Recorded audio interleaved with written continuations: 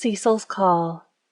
Cecil ended up on the campus of Johnson Bible College in an entirely different way than I had. He came via California, where he had been living for several years.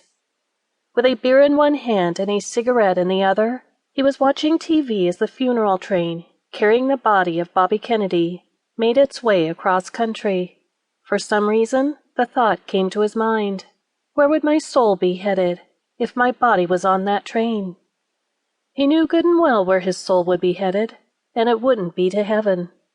He made a decision right then to turn his life over to God, move back to Virginia where his family was living, and become a preacher.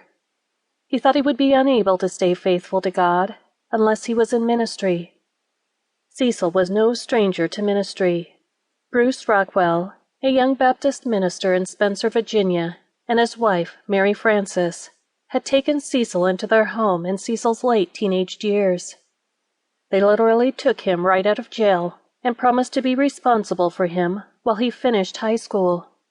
Spencer is one of those very small communities in which everyone knows everyone else. The Byrd family was particularly well known because of the 4 handsome, athletic boys and the tragedy of their mother's death in an automobile accident. The Rockwells treated Cecil as if he was their own son, an older brother to their young children.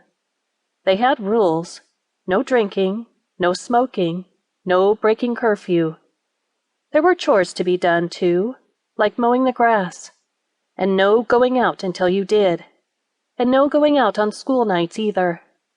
Get that homework done, boy, and you'd better be in church on Sunday. And that he was. Those years living with the Rockwells were a formative time in Cecil's life. He even managed to graduate from high school during those 2 years, a couple years later than most in his class, but better late than never, as the old saying goes. Once he was out from under Brother Rockwell's supervision, he returned to his wicked ways.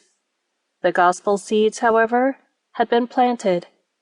Having been under the influence of Brother Rockwell as a Baptist minister, and having been baptized at Mayo Baptist Church during the time he lived in the Rockwell home, Cecil left California and returned to Virginia in hopes of enrolling in a Baptist college.